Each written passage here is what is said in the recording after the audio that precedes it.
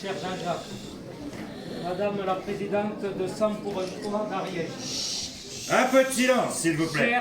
Chers collègues, chers amis, mesdames et messieurs, c'est toujours pour nous un grand honneur et un vrai plaisir de vous accueillir, vous et votre association, Madame la Présidente, pour plus d'une semaine d'animation sur notre commune. Le choix du carnaval ne peut pas être purement le fruit du hasard. En effet, voilà plusieurs années qu'à l'instigation de mon prédécesseur, nous avons tissé des liens étroits avec les bénévoles de Sang pour un toit Ariège, parmi lesquels figurent d'ailleurs nombre de nos compatriotes. Depuis sa création en 2018, nous partageons le combat inlassable de votre association en faveur des familles sans abri et des plus démunis, souvent des migrants et des demandeurs d'asile. En 2025, au Carnaval, nous n'oublions pas que le plus illustre des Carlanais, je veux bien sûr parler de Pierre Bayle, fut en son temps placé lui aussi sous OQTF, obligation de quitter le territoire français, contraint à l'exil pour des raisons religieuses et politiques, et à se réfugier à Rotterdam la moitié de sa vie durant. Plus près de nous, la création sur notre commune, en 1998, d'un CADA, Centre de demandeurs d'asile, nous rappelle constamment à notre devoir collectif d'accueil, d'assistance et d'entraide aux migrants et aux plus démunis. Cette double mémoire nous éclaire et nous oblige. Je profite de l'occasion pour saluer, si c'était encore nécessaire, l'engagement de votre association au quotidien, vos actions en matière d'accueil, d'hébergement, d'entraide et d'insertion. Et j'invite tous ceux qui ne l'ont pas encore fait à rejoindre votre armée de bénévoles et de donateurs au service de cette noble et juste cause.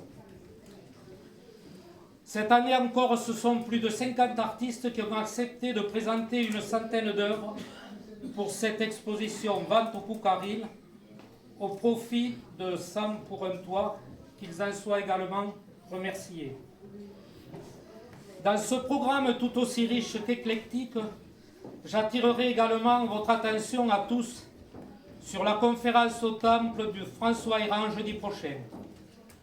Sa parole à la fois claire, structurante et vivifiante va nous apporter un peu de fraîcheur et de raison dans ce débat sur les questions migratoires, souvent polluées par des vents mauvais.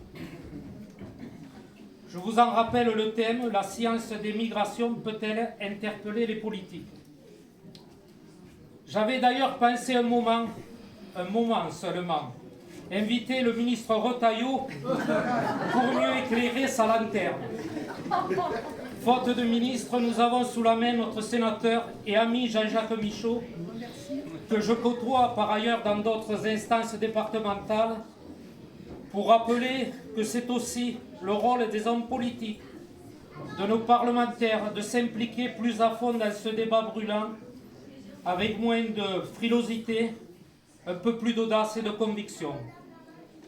Certes, il y a plus de coups à prendre que d'honneur à récolter, mais c'est aussi cela la fonction d'un représentant du peuple. Ce combat légitime que beaucoup d'élus rechignent à mener incombe trop souvent à des citoyens et des citoyennes comme Mireille Vecchio, Nicole Puig, Edwige Benoît et tous les autres membres de votre formidable équipe de bénévoles. Vous vous incarnez pleinement, mesdames, dans le message et les valeurs de Jean Jaurès qui écrivait « L'essentiel est que nous agissions selon notre idéal, que nous donnions notre force d'un jour à ce que nous croyons la justice et que nous fassions œuvre d'homme ou de femme en attendant d'être couchés dans le silence de la nuit. »